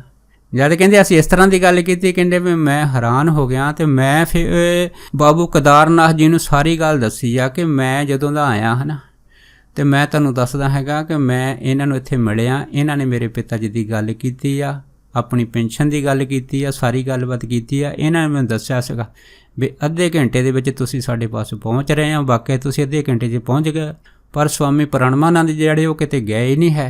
ਅਤੇ ਮੈਨੂੰ ਇਸ ਗੱਲ ਦੀ ਹੈਰਾਨੀ ਹੈ ਵੀ ਇਹ ਕਿਵੇਂ ਹੋ ਸਕਦਾ? ਫਿਰ ਕਹਿੰਦੇ ਸੋਚ ਕੇ ਹੈ ਨਾ ਅਤੇ ਫਿਰ ਬਾਬੂ ਕੇਦਾਰਨਾਥ ਜੀ ਕਹਿੰਦੇ ਵੀ ਮੈਂ ਤਾਂ ਪਹਿਲਾਂ ਉਹਨਾਂ ਨੂੰ ਸਧਾਰਨ ਆਦਮੀ ਸਮਝਦਾ ਸੀਗਾ, ਪਰ ਅੱਜ ਮੇਰੀ ਸਮਝ 'ਚ ਆਇਆ ਵੀ ਸਵਾਮੀ ਪ੍ਰਣਵਾਨੰਦ ਜੀ ਜਿਹੜੀ ਆ ਇਹਨਾਂ ਦੀ ਆਤਮਿਕ ਅਵਸਥਾ ਇੰਨੀ ਉੱਚੀ ਹੋ ਗਈ ਆ ਕਿ ਇੱਕੋ ਹੀ ਸਮੇਂ ਹੈ ਨਾ ਇਹ ਦੋ ਸਰੀਰ ਧਾਰਨ ਕਰਕੇ ਜਿਹੜੇ ਹੈਗੇ ਆ ਉਹ ਆਪਣਾ ਕੰਮ ਕਰ ਸਕਦੇ ਆ, ਦੂਸਰੀ ਜਗ੍ਹਾ ਗੱਲਬਾਤ ਕਰ ਸਕਦੇ ਆ, ਸਾਰੀ ਕਿਰਿਆ ਜਿਹੜੀ ਉਹ ਕਰ ਸਕਦੇ ਆ। ਕਹਿੰਦੇ ਬਸ ਜਦੋਂ ਅਸੀਂ ਇਹ ਜਿਹੜਾ ਫੈਸਲਾ ਲਿਆ ਮੁੜ ਕੇ ਜਦ ਉੱਪਰ ਆਏ ਅਤੇ ਕਹਿੰਦੇ ਅਸੀਂ ਫੇਰ ਨਮਸਕਾਰ ਕਰਕੇ ਜਿਹੜੇ ਸੀਗੇ ਸਵਾਮੀ ਜੀ ਦੇ ਸਾਹਮਣੇ ਬੈਠ ਗਏ। ਜਦੋਂ ਸਵਾਮੀ ਜੀ ਦੇ ਸਾਹਮਣੇ ਬੈਠੇ ਅਤੇ ਫਿਰ ਕੇਦਾਰਨਾਥ ਬਾਬੂ ਨੇ ਕਹਿੰਦੇ ਮੈਨੂੰ ਹੌਲੀ ਜਣੀ ਕੰਨ 'ਚ ਗਿਆ, ਕਹਿੰਦਾ ਦੇਖ ਆਹ ਹੀ ਧੋਤੀ ਸੀ, ਆਹ ਹੀ ਖੜਾਵਾਂ ਨਹੀਂ ਪਾਈਆਂ ਸੀਗੀਆਂ, ਉੱਥੇ ਮੈਨੂੰ ਗੰਗਾ ਘਾਟ 'ਚੋਂ ਨਾਲ ਹੱਥਾਂ 'ਚ ਹੱਥ ਫੜ ਕੇ ਤਾਂ ਲੈ ਕੇ ਆਏ। ਜਦੋਂ ਕਹਿੰਦੇ ਅਸੀਂ ਇੰਨੀ ਗੱਲ ਕੀਤੀ ਅਤੇ ਸਵਾਮੀ ਕਹਿੰਦੇ ਪ੍ਰਣਵਾਨੰਦ ਜਿਹੜੇ ਮੁਸਕਰਾ ਪਏ। ਮੁਸਕਰਾਉਣ ਤੋਂ ਬਾਅਦ ਕਹਿੰਦੇ ਉਹ ਮੈਨੂੰ ਕਹਿਣ ਲੱਗੇ ਕਹਿੰਦੇ ਦੇਖੋ ਲੁਕੋ ਵਾਲੀ ਕੋਈ ਗੱਲ ਨਹੀਂ, ਮੈਂ ਤੁਹਾਨੂੰ ਦੱਸਦਾ ਹੈਗਾ ਕਿ ਜਿਹੜਾ ਦ੍ਰਿਸ਼ਟਮਾਨ ਸੰਸਾਰ ਵਾ ਨਾ, ਦ੍ਰਿਸ਼ਟਮਾਨ ਸੰਸਾਰ ਦੀ ਜਿਹੜੀ ਸੂਖਮ ਏਕਤਾ ਹੈਗੀ ਆ ਇਹ ਸੱਚੇ ਜੋਗੀਆਂ ਤੋਂ ਕਦੀ ਛਿਪੀ ਨਹੀਂ ਹੈਗੀ। ਜਦੋਂ ਕਹਿੰਦੇ ਉਹਨੇ ਇਹ ਗੱਲ ਕੀਤੀ ਅਸੀਂ ਕਹਿੰਦੇ ਹੋਰ ਵੀ ਹੈਰਾਨ ਹੋਏ।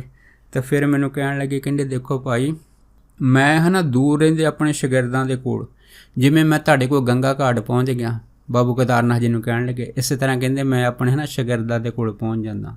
ਉਹਨਾਂ ਦੇ ਨਾਲ ਗੱਲਬਾਤ ਕਰ ਸਕਦਾ, ਉਹਨਾਂ ਦੇ ਕੰਮ ਕਰ ਸਕਦਾ ਹੈਗਾ। ਅਤੇ ਇਹ ਜਿਹੜੀ ਭੌਤਿਕ ਮਾਇਆ ਹੈਗੀ, ਇਹਦੀ ਕੋਈ ਵੀ ਰੁਕਾਵਟ ਜਿਹੜੀ ਆ ਮੈਨੂੰ ਇਹ ਰੋਕ ਨਹੀਂ ਸਕਦੀ। ਮੈਂ ਸਾਰੀਆਂ ਰੁਕਾਵਟਾਂ ਪਾਰ ਕਰਕੇ ਸਾਰੇ ਕੰਮ ਕਰ ਸਕਦਾ। ਜਦੋਂ ਕਹਿੰਦੇ ਉਹਨੇ ਇਸ ਤਰ੍ਹਾਂ ਦੀ ਗੱਲ ਕੀਤੀ ਤਾਂ ਫਿਰ ਸਵਾਮੀ ਜੋਗਾਨੰਦ ਜੀ ਕਹਿੰਦੇ ਮੈਂ ਮੱਥੇ 'ਤੇ ਹੱਥ ਮਾਰਿਆ ਵੀ ਅਸੀਂ ਭੌਤਿਕ ਯੁੱਗ 'ਚ ਰਹਿ ਰਹੇ ਹਾਂ ਜਾਂ ਕੋਈ ਸੁਪਨਾ ਦੇਖ ਰਹੇ ਹਾਂ, ਜਾਂ ਮੇਰੀਆਂ ਅੱਖਾਂ ਦਾ ਚੰਬਾ ਹੈਗਾ, ਜਾਂ ਮੇਰੇ ਕੰਨ ਜਿਹੜੇ ਇਸ ਤਰ੍ਹਾਂ ਦੀ ਜਿਹੜੀ ਗੱਲਬਾਤ ਸੁਣ ਰਹੇ ਆ, ਜਿਹੜੀ ਨਾ ਮੈਂ ਕਦੀ ਦੇਖੀ ਨਾ ਮੈਂ ਕਦੀ ਸੁਣੀ, ਕਿਉਂਕਿ ਮੇਰੀ ਉਮਰ ਉਦੋਂ 12 ਸਾਲ ਦੀ ਸੀ। ਜਦੋਂ ਇਸ ਤਰ੍ਹਾਂ ਦੀ ਗੱਲਬਾਤ ਹੋਈ ਤਾਂ ਕਹਿੰਦੇ ਵੀ ਮੈਂ ਵੀ ਬੜਾ ਹੈਰਾਨ ਹੋਇਆ। ਤਾਂ ਫਿਰ ਸਵਾਮੀ ਪ੍ਰਣਵਾਨੰਦ ਜੀ ਮੈਨੂੰ ਦੇਖ ਕੇ ਕਹਿਣ ਲੱਗੇ, ਦੇਖ ਜੋਗਾਨੰਦ, ਸਮਾਂ ਆਊਗਾ ਜਦੋਂ ਤੈਨੂੰ ਇਹ ਜਿਹੜਾ ਸਾਰਾ ਰਾਜ ਸਮਝ ਆ ਜਾਊਗਾ। ਫਿਰ ਅਸੀਂ ਫਿਰ ਚੁੱਪ ਕਰ ਗਏ ਸੀ। ਉਸ ਤੋਂ ਬਾਅਦ ਫਿਰ ਵੀ ਮੈਨੂੰ ਜਿਹੜਾ ਸੀਗਾ ਇਸ ਗੱਲ ਦਾ ਪਤਾ ਲੱਗਾ ਵੀ ਜਿਵੇਂ ਸਵਾਮੀ ਪ੍ਰਣਵਾਨੰਦ ਜੀ ਇੱਕ ਟਾਈਮ 2 ਸਰੀਰ ਧਾਰਨ ਕਰਕੇ ਜਿਹੜੇ ਵਿਚਰ ਸਕਦੇ ਸੰਸਾਰ ਦੇ ਵਿੱਚ, ਕਿਤੇ ਵੀ ਆ ਜਾ ਸਕਦੇ, ਕੰਮ ਕਰ ਸਕਦੇ ਆ, ਦੇਖ ਸਕਦੇ ਆ, ਲੇਕਿਨ ਦੋਨੋਂ ਸਰੀਰਾਂ ਦੇ ਵਿੱਚ ਕੋਈ ਫਰਕ ਨਹੀਂ ਹੈਗਾ। ਉਹ ਵੀ ਹੱਡ ਮਾਸ ਦਾ ਸਰੀਰ ਆ ਅਤੇ ਦੂਸਰਾ ਸਰੀਰ ਵੀ ਹੱਡ ਮਾਸ ਦਾ ਹੀ ਆ, ਲੇਕਿਨ ਆਦ ਆਦਮੀ ਪਛਾਣ ਨਹੀਂ ਸਕਦਾ। ਫਿਰ ਮੈਨੂੰ ਇੱਕ ਅੰਗਰੇਜ਼ ਜਿਹੜਾ ਸੀਗਾ ਵਿਗਿਆਨੀ ਸਵਾਮੀ ਜੋਗਾਨੰਦ ਜੀ, ਉਹਦੀ ਗੱਲ ਫਿਰ ਯਾਦ ਆਈ। ਉਹ ਜਿਹੜਾ ਸੀਗਾ ਵਿਗਿਆਨੀ ਨਾੜੀ ਦਾ ਮਨੋਵਿਗਿਆਨੀ ਸੀਗਾ, ਉਹਦਾ ਨਾਂ ਸੀ ਕੈਲੀਗ੍ਰਾਮ। ਉਹਨੇ ਆਪਣੀ ਖੋਜ ਦੇ ਵਿੱਚ ਜਾਣੀ ਇਹ ਗੱਲ ਦੱਸੀ ਸੀਗੀ ਕਿ ਸਰੀਰ ਦੇ ਕਿਸੇ ਵੀ ਖਾਸ ਹਿੱਸੇ ਨੂੰ ਕੁਛ ਟਾਈਮ ਦਬਾਉਣ ਦੇ ਨਾਲ ਕੰਧ ਦੇ ਪਰਲੇ ਪਾਸੇ ਦੇ ਜਿਹੜੇ ਸੂਖਮ ਭੇਦ ਹੈਗੇ ਉਹ ਆਦਮੀ ਜਿਹੜਾ ਹੈਗਾ ਉਹਦੀ ਜੋ ਦਿਮਾਗ ਦੀ ਸੋਚਣ ਸ਼ਕਤੀ ਆ ਉਹਦੇ ਵਿੱਚ ਆ ਜਾਂਦੇ। ਉਹ ਦੱਸ ਸਕਦਾ ਕਿ ਇਸ ਦੇ ਪਿੱਛੇ ਕੀ ਹੋ ਰਿਹਾ ਹੈਗਾ। ਅਤੇ ਉਹ ਜਿਹੜੀ ਖੋਜ ਹੈਗੀ ਆ ਫਿਰ ਇਹ ਖੋਜ ਜਿਹੜੀ ਆ ਮੈਨੂੰ ਤਾਂ ਇਸ ਵਿਗਿਆਨੀ ਨੇ ਜਿਹੜੀ ਸੀ ਪਿਤਾ ਜੀ ਨੇ ਦੱਸੀ ਸੀ, ਪਰ ਅੱਜ ਮੈਂ ਇਹ ਦੇਖਿਆ ਹੈਗਾ ਕਿ ਜਿਹੜੇ ਯੋਗੀ ਆ ਯੋਗੀ ਆਪਣੀਆਂ ਨਾੜੀਆਂ ਨੂੰ ਇਸ ਢੰਗ ਦੇ ਨਾਲ ਜਿਹੜੀ ਹੈਗੀ ਉਹ ਸਰਜੀਤ ਕਰ ਲੈਂਦੇ ਆ, ਜਾਗਰਤ ਕਰ ਲੈਂਦੇ ਆ ਕਿ ਉਹਨਾਂ ਦੇ ਵਿੱਚ ਐਸੀ ਅਥਾਹ ਸ਼ਕਤੀ ਆ ਜਾਂਦੀ ਆ ਕਿ ਇੱਕ ਹੀ ਸਰੀਰ 'ਚ ਰਹਿੰਦਿਆਂ ਦੂਸਰਾ ਸਰੀਰ ਧਾਰਨ ਕਰਕੇ ਉਹ ਕਿਤੇ ਵੀ ਜਿਹੜੇ ਆ ਜਾ ਸਕਦੇ ਆ। ਫਿਰ ਜਦ ਇਸ ਤਰ੍ਹਾਂ ਦੀ ਗੱਲਬਾਤ ਹੋਈ ਤਾਂ ਫਿਰ ਪ੍ਰਣਵਾਨੰਦ ਜੀ ਨੇ ਸਾਨੂੰ ਦੱਸਿਆ ਸੀ ਸਵਾਮੀ ਹੁਣਾਂ ਨੇ, ਉਹਨੇ ਦੱਸਿਆ ਸੀ ਵੀ ਜੋਗੀ ਤਾਂ ਮੈਂ ਬਹੁਤ ਦੇਖਿਆ ਆਪਣੀ ਜ਼ਿੰਦਗੀ 'ਚ, ਪਰ ਜਿਹੜੇ ਲਹੇੜੀ ਮਹਾਸ਼ਾ ਮੈਂ ਉਹਨਾਂ ਤੋਂ ਵੱਡਾ ਕੋਈ ਯੋਗੀ ਨਹੀਂ ਦੇਖਿਆ। ਅਸੀਂ ਕਾਰਨ ਪੁੱਛਿਆ ਵੀ ਕਿਵੇਂ ਆ। ਫਿਰ ਉਹਨਾਂ ਨੇ ਕਿਹਾ ਹੈਗਾ ਕਿ ਜਿਹੜੇ ਲਹੇੜੀ ਮਹਾਸ਼ਾ ਹੈਗੇ ਆ ਉਹਨਾਂ ਦੀ ਵਿਚੋਲਗੀ ਦੇ ਨਾਲ ਮੈਂ ਇਸ ਅਵਸਥਾ 'ਤੇ ਪਹੁੰਚਿਆ ਹੈਗਾ। ਫਿਰ ਮੈਨੂੰ ਪਤਾ ਲੱਗਾ ਕਿ ਜਿਹੜੀ ਗੁਰੂ ਦੀ ਕਿਰਪਾ ਹੈਗੀ, ਗੁਰੂ ਦੀ ਪਦਵੀ ਜਿਹੜੀ ਉਹ ਕੀ ਹੁੰਦੀ ਆ, ਕਿੰਨੀ ਅਨਮੋਲ ਹੁੰਦੀ ਆ, ਕਿਉਂ ਜ਼ਰੂਰੀ ਹੁੰਦੀ ਹੈ, ਕਿਉਂਕਿ ਗੁਰੂ ਜਿਹੜਾ ਵਿੱਚ ਵਿਚੋਲਾ ਹੁੰਦਾ। ਜੇ ਗੁਰੂ ਨਾ ਹੋਵੇ ਤਾਂ ਆਦਮੀ ਆਪਣੇ ਅਸਲ ਟਿਕਾਣੇ 'ਤੇ ਪਹੁੰਚ ਨਹੀਂ ਸਕਦਾ ਹੈਗਾ।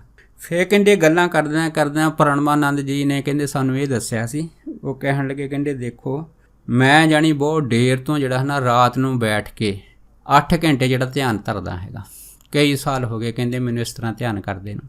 ਜਦ ਰੋਜ਼ ਦੇ 8 ਘੰਟੇ ਧਿਆਨ ਕਰਨਾ ਅਤੇ ਸਵੇਰੇ ਜਿਹੜਾ ਰੇਲਵੇ ਦੇ ਵਿੱਚ, ਕਿਉਂਕਿ ਮੈਂ ਕਲਰਕ ਸੀ ਉੱਥੇ ਜਾ ਕੇ ਨੌਕਰੀ ਵੀ ਕਰਨੀ, ਪਰ ਉਸ ਧਿਆਨ ਦੇ ਵਿੱਚ ਮੈਂ ਕਈ ਐਸੇ ਜਿਹੜੇ ਅਦਭੁਤ ਨਤੀਜੇ ਆ ਇਸ ਧਿਆਨ ਦੇ ਆਪ ਦੇਖੇ ਆ। ਉਸ ਤੋਂ ਬਾਅਦ ਜਿਹੜਾ ਗਿਆਨ ਪ੍ਰਕਾਸ਼ਮਾਨ ਆ ਇਹ ਵੀ ਜਿਹੜਾ ਸੀਗਾ ਮੇਰੇ ਅੰਦਰ ਪ੍ਰਗਟ ਹੋ ਗਿਆ। ਸਭ ਕੁਝ ਹੋ ਗਿਆ। ਵੀ ਮੈਂ ਬਹੁਤ ਪੂਰੀ ਲਗਨ ਦੇ ਨਾਲ, ਗੰਭੀਰਤਾ ਦੇ ਨਾਲ ਬੜੀ ਕੋਸ਼ਿਸ਼ ਕੀਤੀ ਕਿ ਮੈਂ ਪਰਮ ਆਨੰਦ ਤੱਕ ਪਹੁੰਚ ਸਕਾਂ, ਪਰ ਉਸ ਪਰਮ ਆਨੰਦ ਪਰਮਾਤਮਾ ਅਤੇ ਮੇਰੇ ਵਿੱਚ ਇੱਕ ਬਰੀਕ ਪਰਦਾ ਰਹਿ ਗਿਆ। ਬਹੁਤ ਕੋਸ਼ਿਸ਼ ਕਰਨਾ, ਬਹੁਤ ਡੂੰਘੇ ਧਿਆਨ ਧਰਨ ਨਾਲ ਵੀ ਉਹ ਪਰਦਾ ਨਾ ਪੱਟੇ।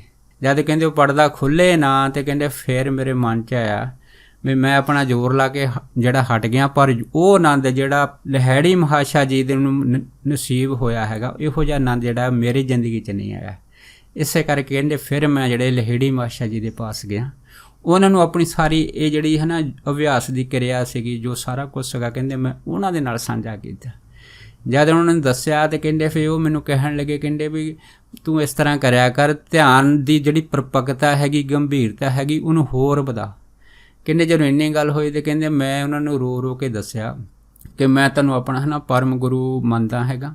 ਦੂਸਰੀ ਗੱਲ ਇਹ ਹੈਗੀ ਕਿ ਮੈਂ ਆਪਣਾ ਜ਼ੋਰ ਲਾ ਕੇ ਥੱਕ ਗਿਆ ਹੈਗਾ, ਲੇਕਿਨ ਉਹ ਜਿਹੜਾ ਪੜਦਾ ਮੇਰੇ ਅਤੇ ਪਰਮੇਸ਼ਰ ਦੇ ਵਿਚਕਾਰ, ਜਿਹਨੂੰ ਗੁਰਬਾਣੀ ਕਹਿੰਦੀ ਆ ਹਉਮੈ ਦਾ ਪੜਦਾ, ਬੜਾ ਸੂਖਮ ਪੜਦਾ ਹੁੰਦਾ ਹਉਮੈ ਦਾ, ਇਹ ਹਉਂ ਦਾ ਪੜਦਾ, ਇਹ ਨਹੀਂ ਟੁੱਟਦਾ।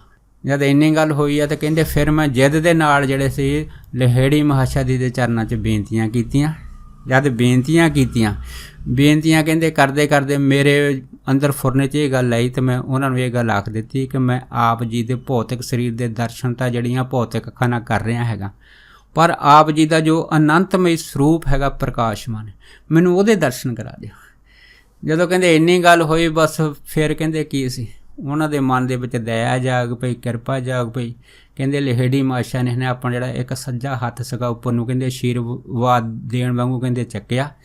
ਚੱਕਣ ਦੇ ਨਾਲ ਹੀ ਕਹਿੰਦੇ ਮੈਨੂੰ ਕਹਿਣ ਲੱਗੇ, ਕਹਿੰਦੇ ਚੱਲ ਇੱਦਾਂ ਕਰ, ਮੈਂ ਤੇਰੀ ਜਿਹੜੀ ਪ੍ਰਾਰਥਨਾ ਹੈਗੀ ਆ ਕਹਿੰਦੇ ਉਹ ਬ੍ਰਹਮ ਦੇ ਤੱਕ ਪਹੁੰਚਾਤੀ ਆ, ਤੂੰ ਅੱਜ ਧਿਆਨ ਕਰਨਾ ਸ਼ੁਰੂ ਕਰ ਦੇ। ਕਹਿੰਦੇ ਜਦੋਂ ਉਹਨੇ ਆਹ ਗੱਲ ਕੀਤੀ, ਮੈਂ ਤੇਰੀ ਜਿਹੜੀ ਪ੍ਰਾਰਥਨਾ ਅਰਜ ਬੇਨਤੀ ਹੈਗੀ ਉਹ ਪਾਰ ਬ੍ਰਹਮ ਪਰਮੇਸ਼ਰ ਤੱਕ ਪਹੁੰਚਾਤੀ ਆ, ਅਤੇ ਤੂੰ ਅੱਜ ਤੋਂ ਜਿਹੜਾ ਉਹ ਧਿਆਨ ਕਰਨਾ ਸ਼ੁਰੂ ਕਰ ਦੇ। ਬਸ ਫੇਰ ਪਰਮਾਨੰਦ ਜੀ ਨੇ ਸਵਾਮੀ ਜੀ ਨੇ ਦੱਸਿਆ ਸੀਗਾ, ਕਹਿੰਦੇ ਫਿਰ ਉਸ ਰਾਤ ਜਦੋਂ ਮੈਂ ਧਿਆਨ ਦੇ ਵਿੱਚ ਬੈਠਾ, ਬਸ ਧਿਆਨ 'ਚ ਕਾਹਦਾ ਬੈਠਾ ਸੀਗਾ, ਦੀਵਾ ਪੂਰਾ ਸੀਗਾ, ਤੇਲ ਪੂਰਾ ਸੀ, ਬੱਤੀ ਪੂਰੀ ਸੀ। ਬਸ ਕਹਿੰਦੇ ਉਹ ਜਿਹੜਾ ਹਉਮੈ ਦਾ ਪਰਦਾ ਸੀ ਵਿੱਚੋਂ ਗਾਇਬ ਹੋ ਗਿਆ, ਅਤੇ ਬਸ ਉਹ ਪਰਮਮਈ ਪ੍ਰਕਾਸ਼ ਜੋ ਪਾਰ ਬ੍ਰਹਮ ਪਰਮੇਸ਼ਰ ਆ ਉਹਦੀ ਅਨੰਤ ਜੋਤ ਜਿਹੜੀ ਠਾਠਾਂ ਮਾਰਦੀ ਜਿਹੜੀ ਮੈਨੂੰ ਸਾਰੀ ਜਗ੍ਹਾ ਉਹ ਦਰਸ਼ਨ ਦੇਣ ਲੱਗ ਪਈ। ਬਸ ਕਹਿੰਦੇ ਉਹ ਐਸਾ ਜਿਹੜਾ ਪਰਦਾ ਖੋਲ੍ਹਾ, ਬਸ ਅੱਜ ਕੀ ਦਿਨ 'ਚ ਕੀ ਰਾਤ ਆ, ਕੀ ਸੁੱਤਾ ਕੀ ਮੈਂ ਜਾਗਦਾ ਹੈਗਾ। ਉਹ ਜਿਹੜੀ ਪਰਮਾਤਮਾ ਦੀ ਜੋਤ ਹੈਗੀ ਆ, ਕਹਿੰਦੇ ਉਹ ਦੁਨੀਆ ਦੀ ਮਾਇਆ ਦੀ ਜਿਹੜੀ ਭੌਤਿਕ ਵਸਤੂ ਹੈਗੀ ਆ, ਇਸ ਦੇ ਪਿੱਛੇ ਅੱਜ ਤੱਕ ਛੁਪੀ ਨਹੀਂ। ਭਾਵ ਕੀ ਆ, ਹੁਣ ਮੈਨੂੰ ਸਦਾ ਬਹਾਰ ਪਾਰ ਬ੍ਰਹਮ ਪਰਮੇਸ਼ਰ ਦੇ ਜਿਹੜੇ ਦਰਸ਼ਨ ਹੈਗੇ ਆ ਉਹ ਅੰਦਰ ਬਾਹਰ ਇਸੇ ਤਰ੍ਹਾਂ ਹੁੰਦੇ ਰਹਿੰਦੇ ਆ। ਅਤੇ ਇਹਨਾਂ ਦਰਸ਼ਨਾਂ ਨੂੰ ਹੀ ਮੈਂ ਜਿਹੜੀ ਉਹ ਪਰਮਾਤਮਾ ਦੀ ਦੂਸਰੀ ਪੈਨਸ਼ਨ ਆਖਦਾ ਹੁੰਦਾ, ਕਿ ਇਹ ਮੈਨੂੰ ਰੱਬ ਨੇ ਦੂਸਰੀ ਪੈਨਸ਼ਨ ਲਾਈ ਆ। ਜਦੋਂ ਕਹਿੰਦੇ ਫਿਰ ਇਸ ਤਰ੍ਹਾਂ ਦੀ ਉਹਨਾਂ ਨੇ ਗੱਲਬਾਤ ਕੀਤੀ ਸੀ, ਫਿਰ ਸਾਨੂੰ ਕਹਿੰਦੇ ਸਾਰੀ ਗੱਲ ਪਰਮਹੰਸ ਜੋਗਾਨੰਦ ਜੀ ਕਹਿੰਦੇ ਸੀ, ਕਹਿੰਦੇ ਫਿਰ ਮੈਨੂੰ ਸਮਝ ਦੇ ਵਿੱਚ ਆ ਗਈ। ਉਸ ਤੋਂ ਬਾਅਦ ਫਿਰ ਕਹਿੰਦੇ ਉਹਨਾਂ ਨੇ ਫਿਰ ਦੂਸਰੀ ਘਟਨਾ ਸਾਂਝੀ ਕੀਤੀ। ਉਹ ਕਹਿੰਦੇ ਜਦੋਂ ਮੈਂ ਪੂਰਨ ਪਰਮਾਨੰਦ ਪਰਮੇਸ਼ਰ ਜੀ ਦੇ ਉਸ ਮਹਾਨੰਦ ਦੇ ਵਿੱਚ ਜਿਹੜਾ ਸੀਗਾ ਪੂਰੀ ਤਰ੍ਹਾਂ ਡੁੱਬ ਗਿਆ ਸੀਗਾ, ਜਾਂ ਉਹ ਜਿਹੜਾ ਆਨੰਦ ਸੀਗਾ ਉਹਦੇ ਵਿੱਚ ਸੁਰਤ ਪੂਰੀ ਤਰ੍ਹਾਂ ਗਵਾਚ ਗਈ ਸੀ। ਪਰ ਦੂਸਰੇ ਦਿਨ ਜਿਹੜੇ ਸੀ ਦੁਨਿਆਵੀ ਰੇਲਵੇ ਦਾ ਕੰਮ ਕਲਰਕ ਦਾ ਸੀਗਾ, ਮੈਨੂੰ ਕਰਨਾ ਬੜਾ ਔਖਾ ਹੋ ਗਿਆ। ਜਦ ਕਹਿੰਦੇ ਕਲਰਕ ਦਾ ਕੰਮ ਮੈਨੂੰ ਕਰਨਾ ਬੜਾ ਔਖਾ ਹੋ ਗਿਆ, ਫਿਰ ਮੈਂ ਲਹੇੜੀ ਮਾਸ਼ਾ ਜੀ ਦੇ ਪਾਸ ਗਿਆ, ਉਹਨਾਂ ਨੂੰ ਇਹ ਸਾਰੀ ਗੱਲਬਾਤ ਦੱਸੀ। ਜਦ ਕਹਿੰਦੇ ਸਾਰੀ ਗੱਲਬਾਤ ਦੱਸੀ ਅਤੇ ਕਹਿੰਦੇ ਮੈਂ ਇਹਨਾਂ ਨੂੰ ਇਹ ਵੀ ਦੱਸਿਆ ਕਿ ਮੇਰਾ ਹੁਣ ਕੰਮ ਕਰਨ ਨੂੰ ਦਿਲ ਨਹੀਂ ਕਰਦਾ। ਕਹਿੰਦੇ ਫਿਰ ਮੈਨੂੰ ਕਹਿਣ ਲੱਗੇ, ਚੱਲ ਅਗਰ ਤੇਰਾ ਦਿਲ ਨਹੀਂ ਕਰਦਾ ਤੂੰ ਇਸ ਤਰ੍ਹਾਂ ਕਰ, ਰੇਲਵੇ 'ਚ ਤੂੰ ਕੰਮ ਤਾਂ ਕੀਤਾ ਹੀ ਆ, ਤੂੰ ਇੱਦਾਂ ਇਸ ਤਰ੍ਹਾਂ ਕਰਕੇ ਪੈਨਸ਼ਨ ਵਾਸਤੇ ਇੱਕ ਲਿਖਤੀ ਜਿਹੜੀ ਆ ਉਹ ਐਪਲੀਕੇਸ਼ਨ ਵਾ ਉਹ ਮਹਿਕਮੇ ਨੂੰ ਦੇ ਦੇ। ਕਹਿੰਦੇ ਜਦੋਂ ਇੰਨੀ ਗੱਲ ਕਹੀ ਲਹੇੜੀ ਮਾਸ਼ਾ ਜੀ ਨੇ, ਕਹਿੰਦੇ ਮੈਂ ਹੈਰਾਨ ਹੋ ਗਿਆ। ਮੈਂ ਉਹਨਾਂ ਨੂੰ ਕਿਹਾ ਕਿ ਅਜੇ ਤਾਂ ਨੌਕਰੀ ਮੈਂ ਰੇਲਵੇ ਦੇ ਵਿੱਚ ਬਹੁਤ ਥੋੜ੍ਹਾ ਟਾਈਮ ਕੀਤੀ ਆ, ਥੋੜ੍ਹੇ ਟਾਈਮ ਦੀ ਨੌਕਰੀ ਵਾਸਤੇ ਜੇ ਮੈਂ ਪੈਨਸ਼ਨ ਲਿਖਣ ਦੀ ਜਿਹੜੀ ਬੇਨਤੀ ਕਰਾਂਗਾ ਅਤੇ ਮੈਂ ਉਹਦੇ ਵਿੱਚ ਲਿਖੂੰਗਾ ਕੀ। ਕਹਿੰਦੇ ਜਦ ਇੰਨੀ ਗੱਲ ਹੋਈ ਤਾਂ ਲਹੇੜੀ ਮਾਸ਼ਾ ਮੈਨੂੰ ਕਹਿਣ ਲੱਗੇ, ਕਹਿੰਦੇ ਭਾਈ ਜੋ ਤੇਰੇ ਮਨ 'ਚ ਆਉਂਦਾ ਸੋ ਲਿਖ ਦੇ। ਕਹਿੰਦੇ ਜਦ ਇੰਨੀ ਗੱਲ ਹੋਈ ਤਾਂ ਮੈਂ ਚੁੱਪ ਕਰ ਗਿਆ। ਦੂਸਰੇ ਦਿਨ ਕਹਿੰਦੇ ਫਿਰ ਮੈਂ ਇੱਕ ਐਪਲੀਕੇਸ਼ਨ ਲਿਖੀ, ਉਹਦੇ ਵਿੱਚ ਮੇਰੇ ਮਨ 'ਚ ਫੁਰਨਾ ਆਇਆ। ਉਹ ਜਿਹੜਾ ਫੁਰਨਾ ਸੀਗਾ ਕਹਿੰਦੇ ਮੈਂ ਉਸ ਐਪਲੀਕੇਸ਼ਨ 'ਚ ਲਿਖਿਆ, ਉਹ ਫੁਰਨਾ ਇਹ ਸੀਗਾ ਕਿ ਜਦੋਂ ਮੈਂ ਦਫ਼ਤਰ ਦੇ ਵਿੱਚ ਕੁਰਸੀ 'ਤੇ ਕੰਮ ਕਰਨ ਵਾਸਤੇ ਬਹਿੰਦਾ ਹੈਗਾ ਤਾਂ ਜਿਹੜਾ ਮੇਰਾ ਮੇਰੂ ਡੰਡ ਹੈ, ਰੀੜ੍ਹ ਦੀ ਹੱਡੀ ਹੈਗੀ ਆ, ਇਹਦੇ ਵਿੱਚੋਂ ਇੱਕ ਐਸੀ ਅਨੁਭੂਤੀ ਉੱਠਦੀ ਆ ਤਾਂ ਮੇਰੇ ਸਾਰੇ ਸਰੀਰ ਦੇ ਵਿੱਚ ਫੈਲ ਜਾਂਦੀ ਆ। ਅਤੇ ਜਦੋਂ ਸਾਰੇ ਸਰੀਰ 'ਚ ਫੈਲਦੀ ਆ ਅਤੇ ਫਿਰ ਉਹ ਤੋਂ ਬਾਅਦ ਮੈਂ ਕੁਰਸੀ 'ਤੇ ਬੈਠ ਨਹੀਂ ਸਕਦਾ ਅਤੇ ਮੇਰੇ ਤੋਂ ਫਿਰ ਕੰਮ ਨਹੀਂ ਹੁੰਦਾ ਹੈਗਾ। ਕਹਿੰਦੇ ਜਦੋਂ ਮੈਂ ਆਹ ਚੀਜ਼ ਜਿਹੜੀ ਸੀਗੀ ਉਹਦੇ ਵਿੱਚ ਲਿਖ ਦਿੱਤੀ, ਲਿਖਣ ਤੋਂ ਬਾਅਦ ਕਹਿੰਦੇ ਜਿਹੜਾ ਡਾਕਟਰ ਸੀਗਾ ਉੱਥੇ ਦਾ ਰੇਲਵੇ ਦਾ, ਜਿਹਨੇ ਕਹਿੰਦੇ ਵੀ ਇਹ ਚੀਜ਼ ਦੇਖਣੀ ਸੀਗੀ, ਕਹਿੰਦੇ ਉਹਨੇ ਇਹ ਚੀਜ਼ ਪੜ੍ਹ ਕੇ ਕਹਿੰਦੇ ਪਤਾ ਨਹੀਂ ਉਹਦੇ ਮਨ 'ਚ ਕੀ ਆਇਆ ਕੀ ਨਹੀਂ ਆਇਆ, ਉਹਨੇ ਮਹਿਕਮੇ ਨੂੰ ਮੇਰੀ ਜਿਹੜੀ ਪੈਨਸ਼ਨ ਦੀ ਜਿਹੜੀ ਸਿਫਾਰਿਸ਼ ਆ ਬਹੁਤ ਵਧੀਆ ਤਰੀਕੇ ਦੇ ਨਾਲ ਜਿਹੜੀ ਸੀਗੀ ਆਪਣੇ ਚਿੱਠੀ ਦੇ ਵਿੱਚ ਕਰ ਦਿੱਤੀ। ਜਦੋਂ ਕਹਿੰਦੇ ਚਿੱਠੀ 'ਚ ਕੀਤੀ ਤਾਂ ਬਸ ਫਿਰ ਕੀ ਸੀ, ਕਹਿੰਦੇ ਫਿਰ ਮੈਨੂੰ ਪੈਨਸ਼ਨ ਲੱਗ ਗਈ। ਜਦ ਪੈਨਸ਼ਨ ਲੱਗੀ ਕਹਿੰਦੇ ਬਾਕੀ ਤਾਂ ਮੈਨੂੰ ਪਤਾ ਨਹੀਂ, ਪਰ ਮੈਨੂੰ ਇੰਨਾ ਹੀ ਪਤਾ ਕਿ ਇਸ ਪੈਨਸ਼ਨ ਲਵਾਉਣ ਦੇ ਪਿੱਛੇ ਲਹੇੜੀ ਮਹਾਸ਼ਾ ਜੀ ਦੀ ਕਿਰਪਾ ਰੂਪੀ ਹੱਥ ਹੈਗਾ। ਉਹ ਵੈਸੇ ਕਹਿੰਦੇ ਜਿਹੜਾ ਇੰਨੀ ਥੋੜ੍ਹੀ ਨੌਕਰੀ ਦੇ ਵਿੱਚ ਰੇਲਵੇ ਦੀ ਪੈਨਸ਼ਨ ਕਿਸੇ ਵੀ ਮੁਲਾਜ਼ਮ ਨੂੰ ਜਿਹੜੀ ਹੈਗਾ ਉਹ ਨਹੀਂ ਲੱਗਦੀ। ਖੈਰ ਕਹਿੰਦੇ ਜਦੋਂ ਪੈਨਸ਼ਨ ਲੱਗ ਪਈ, ਪੈਨਸ਼ਨ ਲੱਗਣ ਤੋਂ ਬਾਅਦ ਬਸ ਫੇਕ ਹੀ ਸੀ। ਫਿਰ ਕਹਿੰਦੇ ਵੀ ਇਸ ਤਰ੍ਹਾਂ ਹੈਗਾ, ਹੁਣ ਮੈਂ ਬਿਲਕੁਲ ਪੈਨਸ਼ਨ ਲੈਂਦਾ ਹੈਗਾ ਅਤੇ ਵੱਧ ਤੋਂ ਵੱਧ ਜਿਹੜਾ ਉਹ ਧਿਆਨ ਦੇ ਵਿੱਚ ਬਹਿੰਦਾ ਹੈਗਾ। ਧਿਆਨ ਦੇ ਵਿੱਚ ਬੈਠ ਕੇ ਆਪਣਾ ਅਤੇ ਆਪਣੇ ਜਿੰਨੇ ਵੀ ਸ਼ਾਗਿਰਦ ਹੈਗੇ ਆ, ਹੋਰ ਵੀ ਕੋਈ ਦੁਖੀ ਜਿਹੜਾ ਦੀਨ ਹੈਗਾ ਆਦਮੀ ਕੋਈ ਵੀ ਹੋਵੇ, ਮੈਂ ਉਹਦੀ ਹੁਣ ਮਦਦ ਕਰਦਾ ਹੈਗਾ।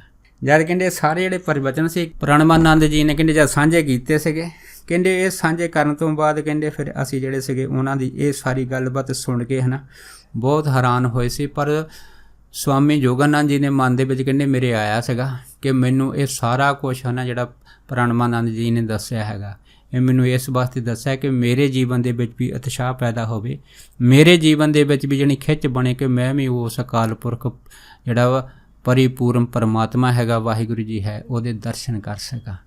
ਉਸ ਤੋਂ ਬਾਅਦ ਫਿਰ ਕਹਿੰਦੇ ਅਸੀਂ ਉਹਨਾਂ ਤੋਂ ਹੁਣ ਜਾਣ ਦੀ ਇਜਾਜ਼ਤ ਮੰਗੀ, ਇਜਾਜ਼ਤ ਮੰਗੀ, ਕਹਿੰਦੇ ਉਹਨਾਂ ਨੇ ਬੜੀ ਖੁਸ਼ੀ ਨਾਲ ਦਿੱਤੀ।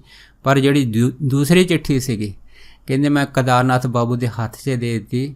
ਉਹ ਤੋਂ ਬਾਅਦ ਜਦੋਂ ਅਸੀਂ ਤੁਰੇ ਹਾਂ ਅਤੇ ਸੜਕ ਦੇ ਉੱਤੇ ਜਿਹੜੀ ਲਾਈਟ ਆ ਉੱਥੇ ਕਹਿੰਦੇ ਕੇਦਾਰਨਾਥ ਬਾਬੂ ਜੀ ਨੇ ਜਿਹੜੀ ਸੀ ਉਹ ਚਿੱਠੀ ਮੇਰੇ ਪਿਤਾ ਜੀ ਦੇ ਹੱਥਾਂ ਦੀ ਲਿਖੀ ਜਿਹੜੀ ਸੀ ਉਹ ਖੋਲ੍ਹ ਕੇ ਪੜ੍ਹੀ। ਉਹਦੇ ਮੇਰੇ ਪਿਤਾ ਜੀ ਨੇ ਹੈ ਨਾ ਇੱਕ ਪ੍ਰਸਤਾਵ ਜਿਹੜਾ ਸੀਗਾ ਕੇਦਾਰਨਾਥ ਬਾਬੂ ਨੂੰ ਦਿੱਤਾ ਸੀਗਾ। ਉਹਦੇ ਵਿੱਚ ਦਿੱਤਾ ਸੀਗਾ ਕਿ ਇੱਕ ਹੈ ਨਾ ਰੇਲਵੇ ਮਹਿਕਮੇ ਵਿੱਚ ਨੌਕਰੀ ਆ, ਜੇ ਤੂੰ ਚਾਹੇ ਤਾਂ ਉਹ ਕਰ ਸਕਦਾ ਹੈਗਾ। ਕਹਿੰਦੇ ਫਿਰ ਜਦੋਂ ਜਿਹੜੇ ਸੀ ਮੇਰੇ ਪਿਤਾ ਜੀ ਨੇ ਕੇਦਾਰਨਾਥ ਬਾਬੂ ਨੂੰ ਇਹ ਜਿਹੜਾ ਪ੍ਰਸਤਾਵ ਭੇਜਿਆ ਸੀਗਾ, ਫਿਰ ਕੇਦਾਰਨਾਥ ਬਾਬੂ ਜੀ ਕਹਿਣ ਲੱਗੇ, ਕਹਿੰਦੇ ਵੀ ਜਿਵੇਂ ਸਵਾਮੀ ਪ੍ਰਣਮਾਨੰਦ ਜੀ ਨੂੰ 2 ਪੈਨਸ਼ਨਾਂ ਮਿਲਦੀਆਂ ਹਨ, ਚਲੋ ਅਗਰ ਜ਼ਿਆਦਾ ਨਹੀਂ ਘੱਟੋ ਘੱਟ 1 ਪੈਨਸ਼ਨ ਤਾਂ ਰੇਲਵੇ ਦੀ ਮੈਨੂੰ ਜ਼ਰੂਰ ਮਿਲ ਜੂਗੀ। ਕਹਿੰਦੇ ਉਹਨਾਂ ਦੇ ਮਨ ਦੇ ਵਿੱਚ ਇਹ ਗੱਲ ਚੱਲੀ ਤਾਂ ਉਹ ਹੱਸਣ ਲੱਗ ਪਏ। ਕਹਿੰਦੇ ਮੇਰੇ ਮਨ ਦੇ ਵਿੱਚ ਇਹ ਹੈ ਵੀ ਕਦੀ ਸਮਾਂ ਬਣੂਗਾ ਜਿਵੇਂ ਸਵਾਮੀ ਪ੍ਰਣਮਾਨੰਦ ਜੀ ਨੂੰ ਜਿਹੜੀਆਂ ਨਾ 2 ਪੈਨਸ਼ਨਾਂ ਮਿਲਦੀਆਂ ਹੈਗੀਆਂ, ਇਸ ਤਰ੍ਹਾਂ ਪਰਮਾਤਮਾ ਵੀ ਜਿਹੜਾ ਹੈਗਾ ਆਪਣੇ ਆਨੰਦ ਦੀ ਜਿਹੜੀ ਪੈਨਸ਼ਨ ਹੈਗੀ ਆ, ਸਤ ਚਿਤ ਆਨੰਦ ਦੀ, ਖੁਸ਼ੀ ਖੇੜੇ ਦੀ, ਉਸ ਰਹੱਸਮਈ ਰਸ ਦੀ, ਉਸ ਅੰਮ੍ਰਿਤ ਦੀ, ਕਹਿੰਦੇ ਮੈਨੂੰ ਵੀ ਕਦੀ ਦਊਗਾ। ਕਹਿੰਦੇ ਇਹ ਮੇਰੇ ਮਨ ਦੇ ਵਿੱਚ ਆਇਆ। ਇਸ ਤਰ੍ਹਾਂ ਕਹਿੰਦਾ ਅਸੀਂ ਸੋਚ ਕੇ ਹੈ ਨਾ ਫਿਰ ਵਾਰਾਣਸੀ ਤੋਂ ਸਵਾਮੀ ਜੋਗਾਨੰਦ ਜੀ ਕਹਿੰਦੇ ਅਸੀਂ ਹੈ ਨਾ ਕਲਕੱਤੇ ਆਪਣੇ ਪਿਤਾ ਜੀ ਦੇ ਘਰ ਵਾਪਸ ਆ ਗਏ। ਸੋ ਐਸੇ ਸੀਗੇ ਸਵਾਮੀ ਪ੍ਰਣਮਾਨੰਦ ਜੀ ਹੋਏ ਆ ਮਹਾਂਪੁਰਖ ਜਿਹੜੇ ਆਪਣਾ ਸਰੀਰ 1 ਤੋਂ 2 ਰੂਪ ਧਾਰ ਕੇ ਕਿਤੇ ਵੀ ਆ ਜਾ ਸਕਦੇ ਸੀਗੇ ਅਤੇ ਕੰਮ ਕਾਰ ਕਰ ਸਕਦੇ ਸੀ। ਸੋ ਦਾਸ ਇੰਨੇ ਹੀ ਬਚਨਾਂ ਨਾਲ ਉਹਨਾਂ ਦੀ ਇਹ ਜਿਹੜੀ ਘਟਨਾ ਹੈਗੀ ਇਹਦੀ ਸਮਾਪਤੀ ਕਰਦਾ ਹੋਇਆ ਖਿਮਾ ਦਾ ਜਾਚਕ ਹੈ ਜੀ। ਹੋਈਆਂ ਬੇਅੰਤ ਭੁੱਲਾਂ ਚੁੱਕਾਂ ਦੀ ਖਿਮਾ ਬਖਸ਼ਣੀ, ਸੋ ਫਤਿਹ ਬੁਲਾਓ। ਵਾਹਿਗੁਰੂ ਜੀ ਕਾ ਖਾਲਸਾ, ਵਾਹਿਗੁਰੂ ਜੀ ਕੀ ਫਤਿਹ।